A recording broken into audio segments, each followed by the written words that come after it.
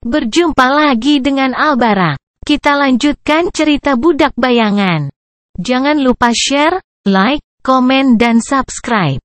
Budak Bayangan bab 1361 di lahap waktu. Penantang sama seperti kita, masing-masing dari mereka. Sunni terdiam beberapa saat, ekspresi rumit di wajahnya. Dia mengingat awal dari mimpi buruk, dan kata-kata aneh yang diucapkan mantra. 13.700.000, dan 77 orang peringatan, selamat datang di mimpi buruk. Saat itu, dia sangat terkejut dan bingung. Tidak ada penjelasan untuk jumlah itu, mengingat tidak ada 1 juta pun yang terbangun di dunia nyata. Namun, awal dari mimpi buruk itu tidak normal dalam banyak hal, jadi dia dengan ragu-ragu terkait kata-kata ini dengan kesalahan yang dibuat oleh mantra. Namun, Sunni tidak pernah benar-benar yakin bahwa mantra itu bisa saja salah. Lalu bagaimana jika ternyata benar? Dia perlahan menghela napas. Mereka. Casey menoleh sedikit, bingung. Bagaimana bisa? Sunni menoleh beberapa saat, lalu mengangkat bahu.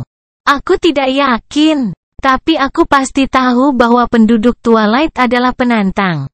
Itu karena kami telah bertemu Raja Daeron, Nevis, dan aku. Itu tertulis dalam deskripsi mahkota senja. Dengan demikian, Raja yang gagah berani menjadi pemandu yang menjaga rakyatnya dalam mimpi buruk mereka. Itu adalah seluruh rencana Daeron, untuk memasuki makam Ariel sehingga hantu dirinya akan disulap oleh mantra untuk membimbing rakyatnya ketika mereka menantang mimpi buruk. Rasanya aneh ketika Sunni pertama kali membaca rune itu. Namun, saat itu, dia belum bertemu Anangke, dan karena itu, belum mengetahui bahwa tidak ada mimpi buruk di masa lalu alam mimpi. Jadi dari mana Raja Ular dan rakyatnya berasal? Kamu sudah bertemu dengan Raja Ular?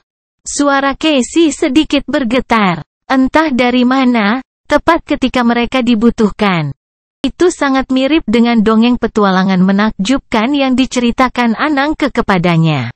Namun, semua itu benar, tentu saja. Sunni dan Nevis saling berpandangan, lalu menjelaskan secara singkat perjalanan panjang mereka ke masa lalu. Dengan setiap kalimat yang diucapkan Sunni, ceritanya terdengar semakin tidak masuk akal. Makhluk mimpi buruk hebat, badai dahsyat di waktu yang rusak, kapal hantu yang muncul entah dari mana saat dibutuhkan. Itu sangat mirip dengan dongeng petualangan menakjubkan yang diceritakan Anangke kepadanya. Namun, semua itu benar, tentu saja. Karena Sunnilah yang menceritakannya. Jadi, kami memperbaiki kapalnya sebaik mungkin dan berlayar mencari Valen Grace. Ada banyak pertempuran di perjalanan, tapi seperti yang kamu lihat, kami berdua dalam keadaan utuh. Dia berhenti sejenak, lalu menambahkan dengan sedih. Namun, tak satu pun makhluk mimpi buruk yang kami hadapi seburuk Azure Serpent.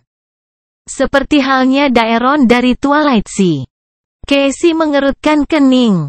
Saya pernah mendengar bahwa Twilight memiliki budayanya sendiri dan merupakan kota mandiri.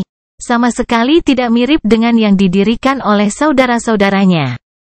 Saya juga mendengar bahwa mereka sangat kuat dan bahkan mengepung Verge, pada satu titik, yang berakhir dalam bencana. Banyak orang Twilight adalah orang luar, bahkan mungkin semuanya. Tapi, penantang, dari mana mereka berasal? Sunni merosot di kursinya sambil berpikir. Akhirnya, dia berkata dengan ragu, mungkin. Mungkin mereka datang dari masa depan dunia nyata? Entah itu, atau mereka adalah sisa-sisa terakhir manusia di alam impian, dari masa kepunahan setelah Perang Doom berakhir. Benih mimpi buruk seharusnya pertama kali muncul di antara keduanya. Ketika Sibyl memasuki makam dan ketika mantra menginfeksi dunia kita. Jadi, mungkin Daeron memerintah saat itu, pada masa senja peradaban manusia setelah perang. Bukankah itu juga yang dikatakan oleh deskripsi mahkota senja? Ada seorang raja yang memerintah negeri yang sedang sekarat. Nevis menghela nafas. Tapi ini aneh. Jika orang-orang ini benar-benar penantang, mereka akan memasuki mimpi buruk dengan mengambil tempat seseorang. Apakah ada 13 juta manusia yang menghuni sungai besar? Aku meragukannya. Dia terdiam beberapa saat, lalu menambahkan dengan sedih, tapi ada satu hal yang lebih membuatku khawatir. Casey, kamu bilang kalau Twilight tidak hancur, tapi hilang, dilahap oleh waktu. Tak seorang pun di antara kita yang tahu persis apa maksudnya, tapi setidaknya kita tahu bahwa Raja Ular berhasil melarikan diri. Dia adalah binatang gila ketika kita bertemu dengannya, jiwanya termakan oleh korupsi. Jadi, akankah kita menemukan jutaan makhluk mimpi buruk yang kuat ketika kita mencapai Twilight? Apakah kota yang hilang itu merupakan ancaman yang lebih besar daripada Verge? Sunny tiba-tiba merasa kedinginan. Saat dia mempertimbangkan kata-katanya yang mengerikan, Casey berkata dengan nada hati-hati, ada kemungkinan seperti itu. Penghuni Twilight juga bisa saja sudah lama mati. Terakhir, ada juga kemungkinan bahwa kita akan menemukan jutaan pejuang kebangkitan yang kuat, bukan kekejian, ketika kita mencapai Twilight. Dia berkedip. Dia benar. Twilight bisa menjadi ancaman yang mengerikan, tapi bisa juga menyembunyikan pasukan sekutu yang sangat mereka butuhkan untuk menghancurkan Verge dan menaklukkan Nigma. Tidak ada gunanya menebak-nebak. Sunny menghela nafas. Kita akan mengetahuinya saat kita sampai di sana. Dan kita memang harus sampai di sana, kita tidak bisa meninggalkan Kai. Kita juga membutuhkan Mordred dan kekuatannya untuk menghadapi Verge, dan pengetahuannya untuk melenyapkan pencuri jiwa. Dia memandang Nevis, lalu Casey. Tidak ada keberatan, kan? Nevis menggelengkan kepalanya. Tujuan kami tetap sama, mengumpulkan kelompok dan melenyapkan pencari pertama, yang berada jauh di hilir, di kota Verge. Di bawah perlindungan 6 tulah. Dia sedikit mengernyit. Pasti ada cara untuk menyelesaikannya, atau mantra itu tidak akan mengirim kita ke sini.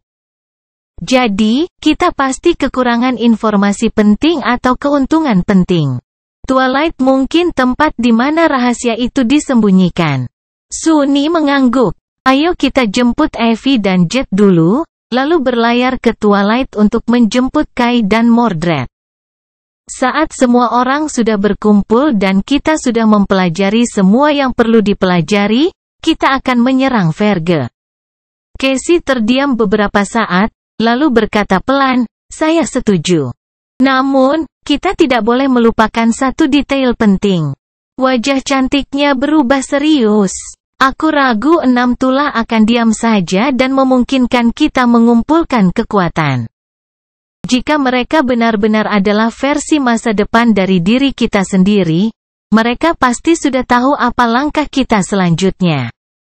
Akan mudah bagi mereka untuk mencoba menghentikan kita. Sunny bahkan tidak mau memikirkan kekacauan paradoks karena masa depannya yang tercemar memburunya. Namun, dia tidak menentangnya. Membayangkan wajah pangeran gila yang keji dan penuh bekas luka, dia mentransfer muram. Biarkan mereka datang. Aku juga ingin bertemu dengan para bajingan itu. Budak bayangan bab 1362 tidak ada pilihan lain. Beberapa waktu kemudian, mereka bertiga sedang berjalan melintasi dermaga, diikuti oleh kerumunan orang yang heboh. Kedua penjaga itu juga tidak jauh di belakang, mereka tidak pernah meninggalkan sisi Casey. Rantai emas itu berdering lembut di setiap langkah yang diambilnya. Warga lanjut usia di Valen Grace dipenuhi dengan kegembiraan saat melihat pendeta muda dan cantik mereka. Namun mereka tampaknya tidak menyadari makna buruk di balik belenggu emas. Kabar kedatangan 2 orang luar pun menyebar ke seluruh kota. Suasananya meriah. Sunny mengamati wajah mereka melalui bayang-bayang, lalu menoleh ke arah Casey dan berkata dalam hati, Sepertinya kamu sangat populer. Mereka sangat memujamu. Senyum tipis muncul di wajahnya.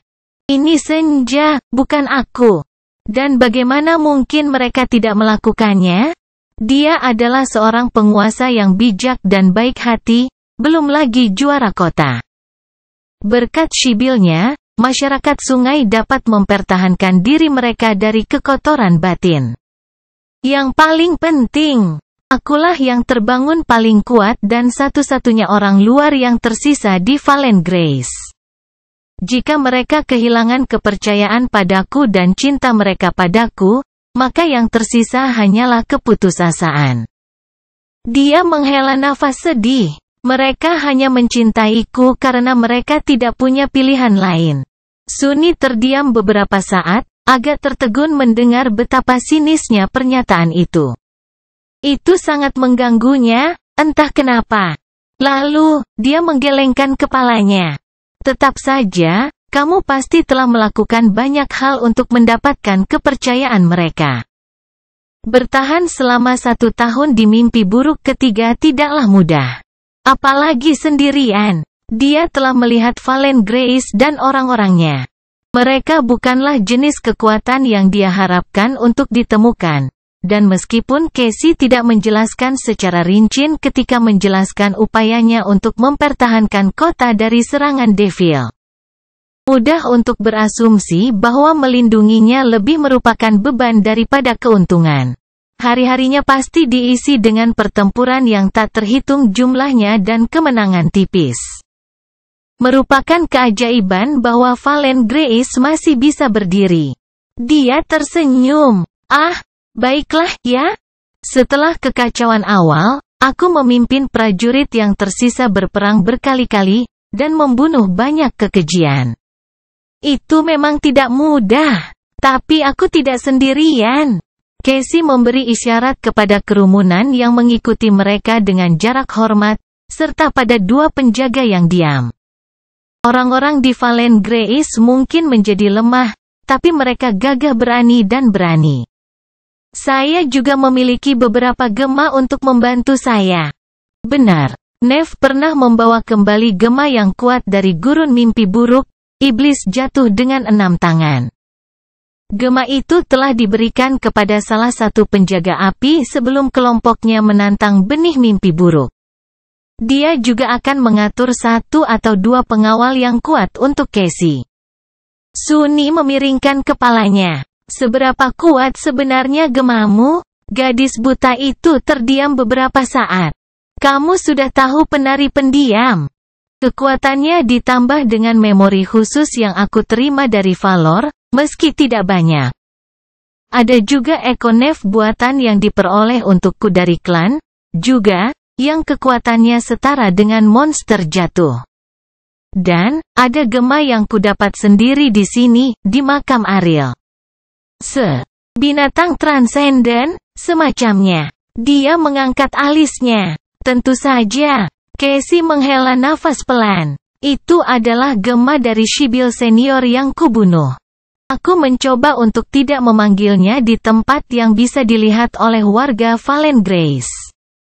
Sunni sedikit tersentak. Setelah beberapa saat hening, Nevis tiba-tiba berbicara, suaranya datar, kamu sendiri sudah cukup untuk menghadapi 2 master. Dengan gema transenden, para pengawalmu itu tidak punya peluang apapun. Apa gunanya mereka mengikutimu kemana-mana? Casey tersenyum sedih. Ya, tidak ada gunanya. Aku bisa dengan mudah membunuh mereka, dan aku bisa dengan mudah melepaskan diri dari rantai ini. Mereka mengetahuinya dengan sangat baik. Tapi mereka setia dan mengabdi pada tugas mereka. Jadi, aku tetap dirantai. Untuk menghormati pengabdian mereka. Bukankah ini menyedihkan? Fakta bahwa aku hanya dijaga oleh 2 guru seharusnya memberitahumu segalanya yang perlu kamu ketahui tentang betapa putus asanya situasi Valen Grace. Kecuali kita bertindak, maka hal itu akan ditelan oleh kekotoran batin segera. Menjadi wadah teror yang rusak. Sunny menghela nafas, mencoba membayangkan apa yang terjadi pada Valen Grace yang asli, dan senja yang asli. Dia tahu bahwa Sybil terakhir telah dikuburkan di laut, tubuhnya akhirnya menjadi wadah teror yang rusak. Keberadaan teror LO-49 menjadi bukti bahwa peradaban Sungai Besar telah menemui akhir yang menyedihkan. Dan akan bertemu lagi jika mereka gagal menaklukkan mimpi buruk. Saat itu, mereka mencapai ujung dermaga dan berjalan melintasi papan kayu menuju dek kapal hantu. Kerumunan orang tetap di belakang, dan hanya 2 penjaga yang mengikuti mereka menaiki kapal kuno itu. Casey membeku, menurunkan tangannya dan menatap kehampaan dengan mata birunya yang indah. Setelah beberapa saat, dia berkata dengan lembut, "Sunny, bisakah kamu melihat pohon suci itu?" Dia melakukan apa yang diperintahkan, terlambat menyadari bahwa gadis buta itu pasti menggunakan kemampuan ascendet miliknya untuk membagikan persepsinya. Meskipun dia tidak merasakan apa-apa, anehnya juga terasa melanggar. Tidak ada salahnya, tapi bagi seseorang yang tertutup seperti Sunny, berbagi adalah proses yang tidak nyaman. Aku ingin tahu apakah dia melihat bajingan itu. Dia melirik diam-diam ke dosa penghiburan, yang berdiri tak bergerak di bawah pohon, dan menekan ketidaknyamanannya. Mereka berjalan mengelilingi kapal sebentar, membiarkan Casey mempelajari eksterior dan interiornya. Bagaimanapun, dia adalah orang yang paling mengetahui tentang Chainbreaker yang sebenarnya, jadi mereka membutuhkan penilaiannya untuk menghilangkan keraguan. Akhirnya, gadis buta itu berhenti di dekat pohon suci dan dengan lembut meletakkan telapak tangannya di atas kulit kayu putih. Setelah beberapa saat hening, dia menghela nafas dan menoleh ke arah mereka. Itu adalah pemutus rantai. Saya yakin Sunny dan Nevis menjadi muram. Mereka sudah curiga, tentu saja. Tapi tetap saja, sedikit harapan bahwa itu hanyalah wadah serupa masih ada di hati mereka. Sekarang, sudah padam sama sekali. Casey menunjuk ke sana kemari, menjelaskan temuannya. Saluran esensinya rusak parah, tapi bentuknya tidak salah lagi. Lagi pula, aku pernah memperbaikinya sendiri, jadi aku tahu setiap detail kecil tentang bagaimana Noctis mengukir pesona baru ke dalam pesona lama yang diciptakan oleh pemburu api. Itu adalah kapalnya, kapal kita. Ada banyak perbedaan, tapi intinya sama. Sunny meringis. Tetapi bagaimana benda itu bisa ada di sini? Dan bagaimana kita bisa menemukannya? Gadis buta itu ragu-ragu, lalu menggelengkan kepalanya dengan sedih. Itu, aku tidak bisa menjawabnya. Ia memejamkan matanya, lalu mengusap wajahnya dengan lelah. Apa yang sebenarnya terjadi? Apa yang sebenarnya terjadi sejak awal mimpi buruk terkutuk ini? Ada terlalu banyak hal yang tidak bisa dijelaskan? Toleransi Sunny terhadap misteri sudah mencapai batasnya. Casey terdiam beberapa saat, lalu tiba-tiba berbicara, tapi aku bisa memberitahumu satu hal. Sunny dan Nevis memandangnya, menunggu. Dia menunjuk ke dek di bawah kakinya dan tersenyum. Kupikir aku bisa memperbaiki pesonanya lagi. Jika kamu memberiku waktu, penghancur rantai akan bisa terbang sekali lagi. Budak Bayangan bab 1363 Bayangan, Bintang, dan Oracle. Berita bahwa pemutus rantai dapat dikembalikan ke masa depan, kejayaannya disambut baik. Namun, Casey butuh waktu untuk memperbaikinya. Mereka juga akan membutuhkan banyak material, serta banyak bantuan dari penduduk lokal Valen Grace. Ada pembuat kapal berpengalaman di antara mereka. Sunny dan Nevis hanya menambal kapal kuno itu dengan cukup baik agar tidak langsung tenggelam. Namun ada banyak hal yang tidak dapat mereka capai. Sekarang situasinya berbeda. Memperbaiki lambung kapal dan geladak saja akan memakan waktu beberapa minggu. Setelah bagian itu selesai, pekerjaan yang lebih rumit akan dimulai. Casey harus memulihkan jalur rahasia yang membuat pesona kapal terbang itu berhasil. Kedengarannya seperti waktu yang lama. Sunny dan Nevis tahu bahwa 1 tahun penuh telah berlalu di dalam makam Ariel sejak dimulainya mimpi buruk, namun mereka merasa tidak nyaman menyia-nyiakan 1 hari pun. Para anggota kelompok ada di suatu tempat di luar sana, bagaimanapun juga, situasi mereka tidak diketahui. Mungkin mereka sangat membutuhkan bantuan.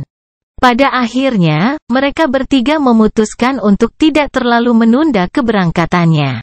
Sunny dan Nevis perlu istirahat, dan pemutus rantai harus menerima perbaikan segera. Tapi karena Casey bisa mengerjakan sihirnya sendirian, mereka akan meninggalkan Valen Grace segera setelah pekerjaan pada bagian lambung kapal yang rusak selesai. Hal ini memberi mereka waktu damai sekitar 2 minggu untuk memulihkan diri dan mempersiapkan diri. Melihat kobaran api merah senja dari jendela kamar pribadi Casey, Sunny menghela napas. Langit berwarna merah indah, dan sungai besar bagaikan lautan darah yang membara. Kota di bawah mereka bagaikan bunga salju. Apakah kamu akan baik-baik saja, meninggalkan Valen Grace? Berpaling dari jendela, dia menatap gadis buta itu. Dia sedang menyeduh teh, sepertinya sama sekali tidak merasa terganggu dengan belenggu emasnya. Nevis juga ada di dekatnya, mengamati mural di dinding. Casey dengan lembut menggelengkan kepalanya. Aku memang terikat dengan orang-orang ini. Tapi apa yang kita lakukan adalah demi mereka juga.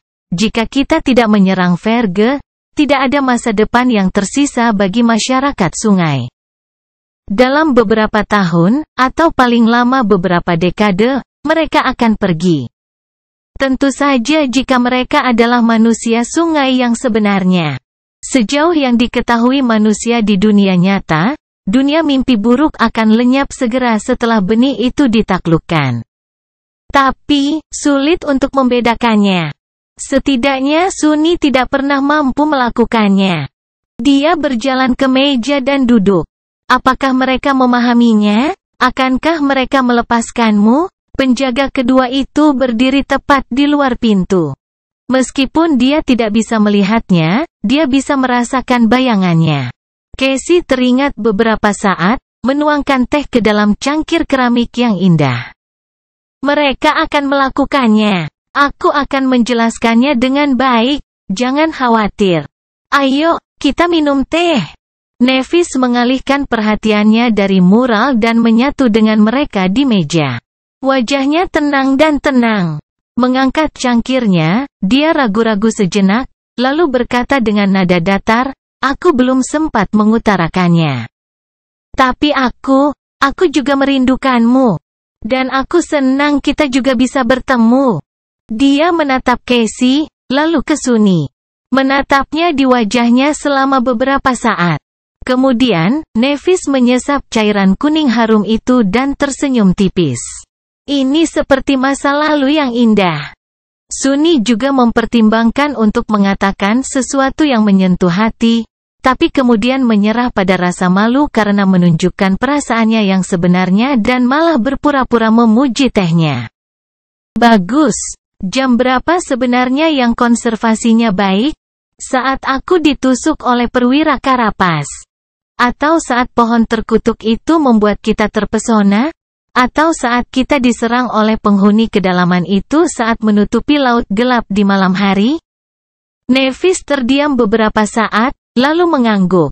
Ya, dia menatap. Jika itu idenya tentang waktu yang menyenangkan. Sialnya, itu sebenarnya menjelaskan banyak hal. Sunny merasa kasihan pada pria yang suatu hari nanti akan mengajak Changing Star berkencan. Saat dia melakukannya, dosa penghiburan tertawa. Mengasihani diri sendiri, ya? Tutup mulutmu. Dia melirik hantu pedang itu dengan marah, lalu menggelengkan kepalanya. Siapa yang dia bercanda? Sunny berkali-kali merasakan nostalgia dengan hari-hari sederhana bertahan hidup di pantai terlupakan.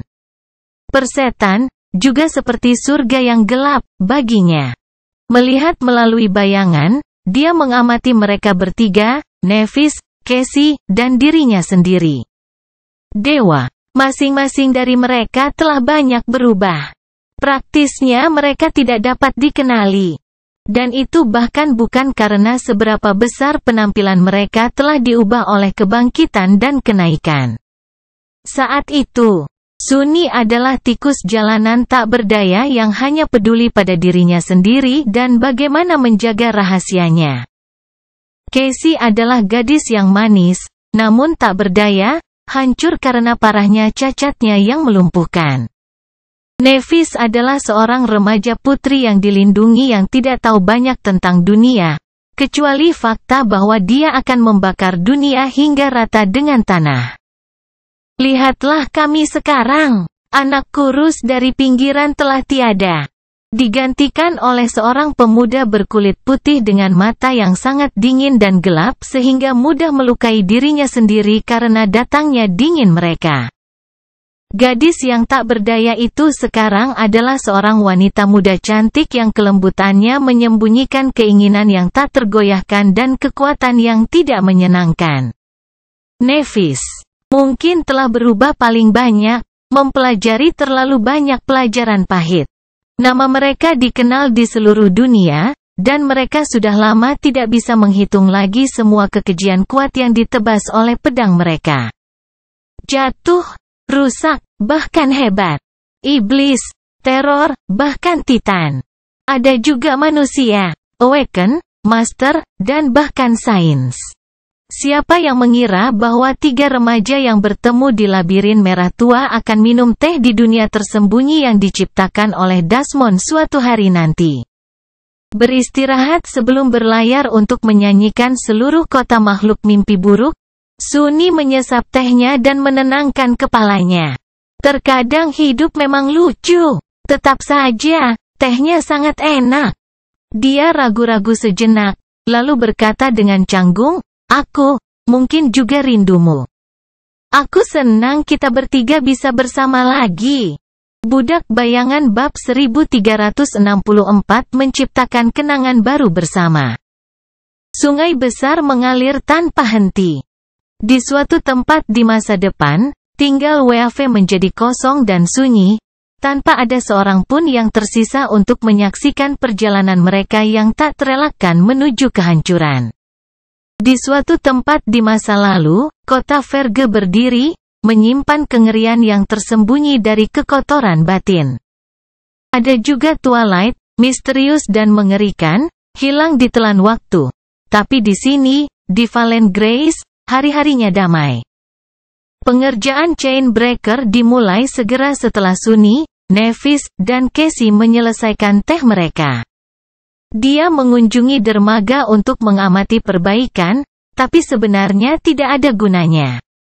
Warga lanjut usia di kota manusia terakhir tahu cara merawat kapal jauh lebih baik daripada dia, dan meskipun tubuh mereka kuno dan lemah, masih ada beberapa yang terbangun di antara mereka. Kekuatan fisik mereka menyelesaikan banyak masalah, jadi Sunny tidak perlu membantu. Hal terbaik yang bisa dia lakukan adalah tidak menghalangi. Mengetahui bahwa ada banyak pertempuran di depan, dia mendedikasikan waktunya untuk mempersiapkan diri semaksimal mungkin. Casey dan Nevis melakukan hal yang sama. Yang terakhir berlatih ilmu pedang tanpa istirahat. Sedangkan yang pertama, sebenarnya, Sunny tidak sepenuhnya yakin apa yang dilakukan ramalan buta mereka. Dia menghabiskan banyak waktu mengatur langkah-langkah untuk menjaga Valen Grace tetap aman saat dia tidak ada, tapi juga berusaha menyisihkan waktu sebanyak mungkin untuk dia dan Nevis. Mereka makan bersama, berkeliling kota, dan mengadakan pertemuan strategis yang panjang.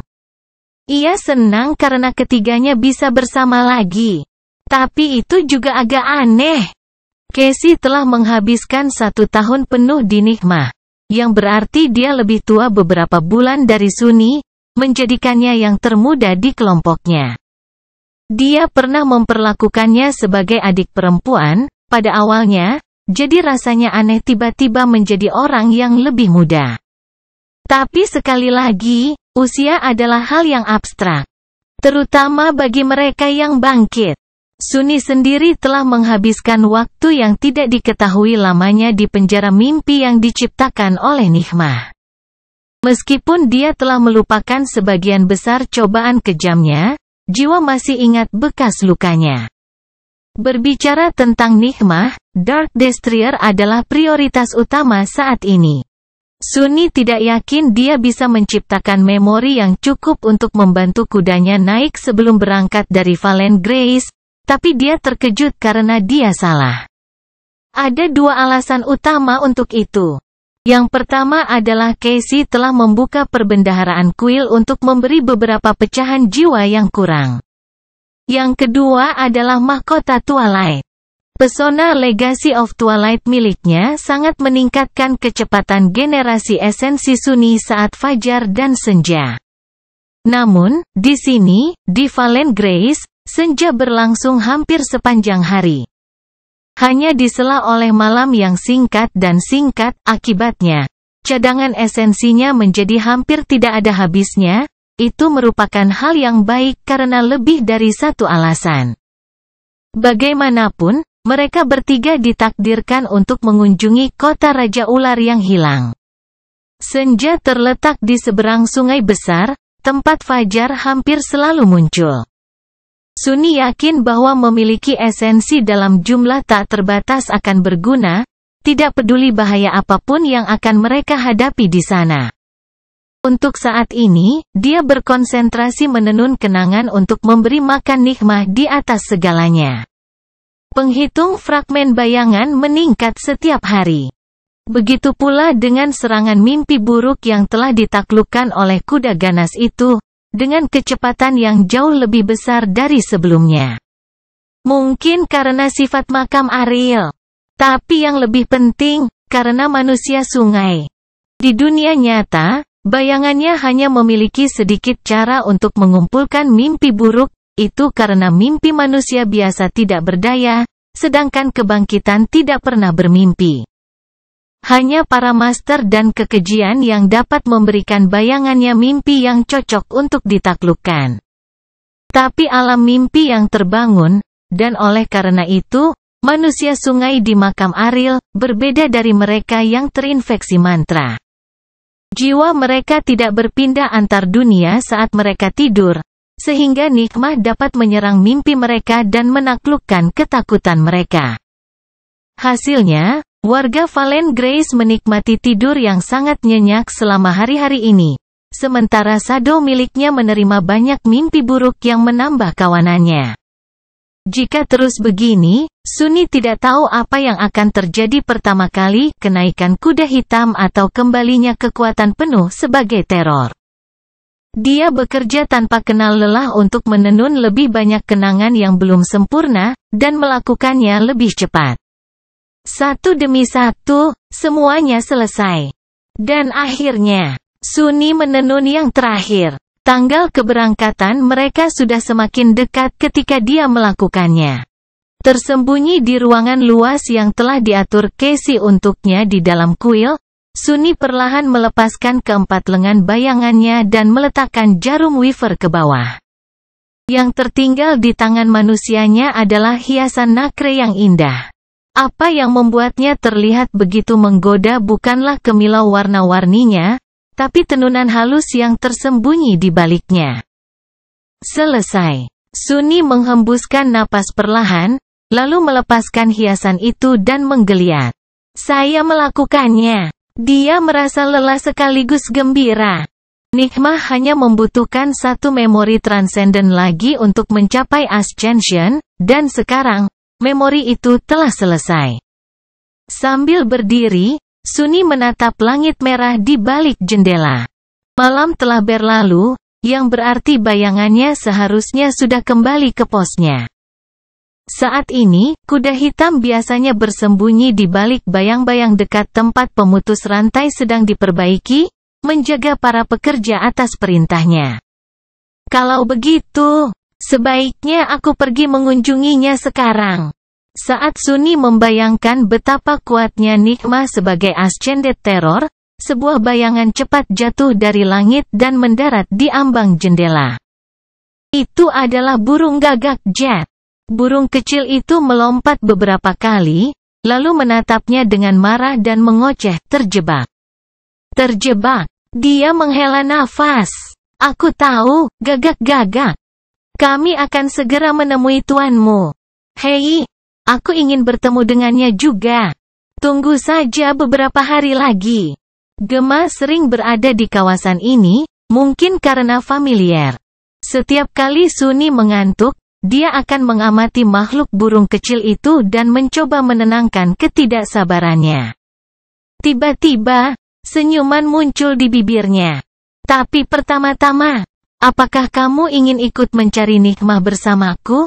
Burung itu menutupi kepalanya dan menatapnya dengan mata bulat.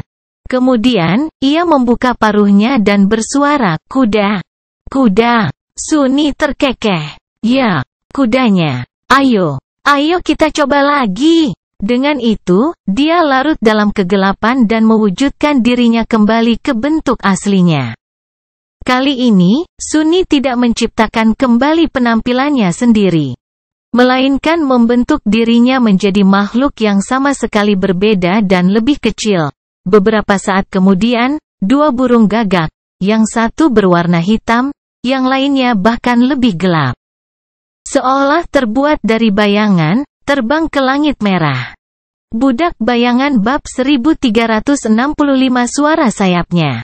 Sunny terbang melintasi langit merah di atas Valen Grace. Bulu hitamnya bergerak sedikit tertiup angin, dan sayapnya naik dan turun dengan irama yang santai. Penerbangannya agak tidak nyaman. Tapi dia tidak jatuh ke tanah, setidaknya, seperti sebelumnya. Dia, tentu saja, mengambil wujud seekor burung gagak. Setelah menguasai langkah keempat Shadow Dance, mempelajari bentuk baru menjadi lebih mudah baginya. Jadi, dia menghabiskan 2 minggu terakhir melakukan hal itu, belajar sendiri bagaimana menjadi burung gagak.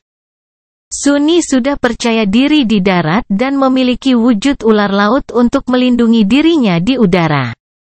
Hanya langit yang belum ditaklukkan. Memang benar, dia tidak akan memenangkan pertarungan sebagai burung kecil, tapi dia harus memulainya dari suatu tempat.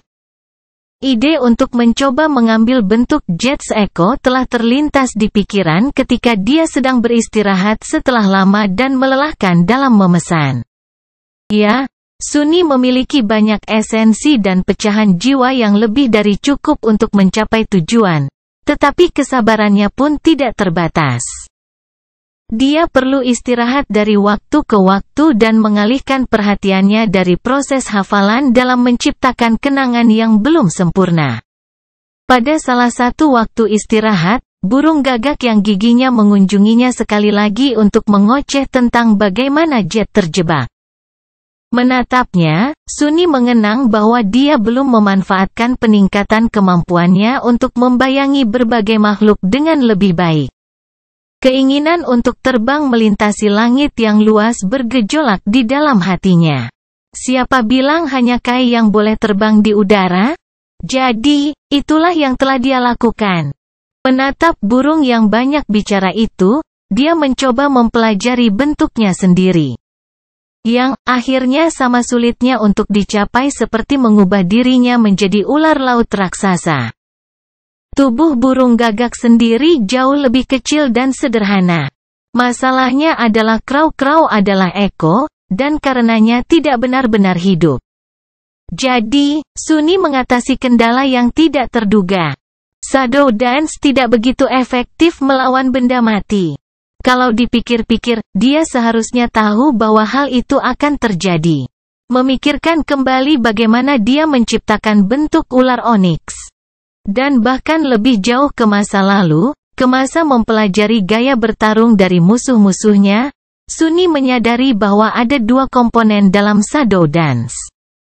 Yang satu murni bersifat fisik, yang lain jauh lebih dalam dan mendasar, mengenai esensi suatu makhluk. Pikirannya, semangatnya, ketakutan. Ekos tidak benar-benar memiliki hal-hal ini, jadi dia bingung untuk sementara waktu. Namun pada akhirnya, Sunny masih berhasil mengubah dirinya menjadi tiruan burung gagak. Itu hanya membutuhkan lebih banyak waktu dan usaha daripada yang dia duga, dan dia tidak berhenti mengalami masalah dengan bentuk barunya setelah menguasainya. Memiliki tubuh seekor burung adalah satu hal, tetapi bergerak seperti burung adalah masalah yang sama sekali berbeda. Karena Sunny belum pernah terbang tanpa bantuan mantra sebelumnya, dia harus mempelajari semuanya dari awal. Pertama kali dia berubah menjadi burung gagak, dia terus terjatuh dengan paruhnya setelah lompatan yang paling sederhana. Beberapa lusin kali berturut-turut, semuanya di bawah bingung dari Eko yang kebingungan. Meski begitu, dia sedang terbang sekarang. Perasaan yang cukup menggembirakan. Sungguh menggembirakan, sampai-sampai Sunny membuka usia paruhnya dan mengoceh, terbang-terbang. Kemudian, dia merasa malu dan hampir kehilangan kendali atas sayapnya. Sekarang, kenapa aku mengutarakan 2 kali? Sambil menggelengkan kepalanya sedikit, Sunny melihat ke dermaga kering tempat pemutus rantai berdiri, sedang diperbaiki oleh sejumlah pengrajin besar. Dan dengan hati-hati turun ke sana. Dia tidak jatuh, sampai detik terakhir. Jets Eko mendarat dengan mudah dan melompat beberapa kali kegirangan. Namun Sunny dengan anggun di atas bebatuan setelah beberapa kali beredar. Aduh, masih ada ruang untuk perbaikan. Sambil menghela nafas dalam hati, dia membiarkan wujud burung gagak itu larut menjadi bayangan tak berbentuk, lalu muncul dari bayangan itu sebagai diri manusianya. Menjadi manusia terasa rumit dan membosankan, tapi dia juga sedikit terkejut dengan kekuatan ganas yang bersembunyi di tubuh ramping dan pucatnya. Brengsek! Aku baru menjadi burung gagak sebentar. Melihat sekeliling, Sunny mencoba menemukan bayangan tempat Nikmah bersembunyi. Dia tidak langsung menyadari kudanya, tapi dia melihat seorang lelaki tua yang dikenalnya sedang menatapnya dengan mulut terbuka. Tuh, Tuan Sunless. Sunny menghela napas dalam hati. Oh, hai, Kronos. Remaja tua itu telah mengikuti mereka berkeliling kota, penuh rasa ingin tahu yang tak ada habisnya. Dia anak yang baik. Betapapun sulitnya menyebut pria yang tampak setua Profesor Obel sebagai anak kecil, tapi jika ada satu hal yang membuat Sunny alergi, itu adalah orang-orang yang penasaran. Jadi, dia merasa tidak nyaman berada di dekat pemuda Riverbond yang keriput. Apakah kamu berubah menjadi seekor burung? Sunny menatap Kronos sejenak, lalu mengangkat bahu. Ya, bisa dibilang, memang begitu. Orang tua itu menatapnya dengan takjub. Ah, begitu. Tampaknya saat itu kamu berubah menjadi ular sungai. Apakah itu kemampuan aspekmu? Sunny menarik napas dalam-dalam. Pertanyaan. Dia harus mengingatkan dirinya sendiri betapa buruknya situasi anak itu. Bukan karena Kronos telah berubah menjadi lelaki tua sebelum menjadi dewasa, tapi karena dia haus akan mengasyikkan dan hal-hal menarik. Seluruh hidupnya terbatas pada kota yang dianggap kecil di dunia nyata. Dan, lebih buruk dari itu, kota itu adalah kota terakhir yang ada. Bahkan berita tentang kejadian jauh pun tidak pernah sampai ke sana. Tentu saja dia tak henti-hentinya dibuat heboh dengan 2 pengunjung tak terduga itu. Sunny terdiam beberapa saat. Tepatnya, itu adalah hasil dari menggabungkan semua kemampuan aspekku untuk menciptakan semacam seni pertarungan. Kronos mengangguk beberapa kali, menunjukkan bahwa dia mengerti, dan berkata sambil berpikir, oh. Saya tidak mengerti maksud Anda, Lord Sunless. Lalu, dia tersenyum. Apakah kamu di sini untuk memeriksa kapalmu? Burung gagak Eko memandang pemuda itu dengan lemah dan mengepakkan sayapnya dengan tidak sabar. Kuda, kuda. Suni mengangguk. Tidak. Aku di sini untuk memberi makan kudaku. Cerita bersambung. Jangan lupa share, like, komen dan subscribe. Agar tidak ketinggalan cerita selanjutnya.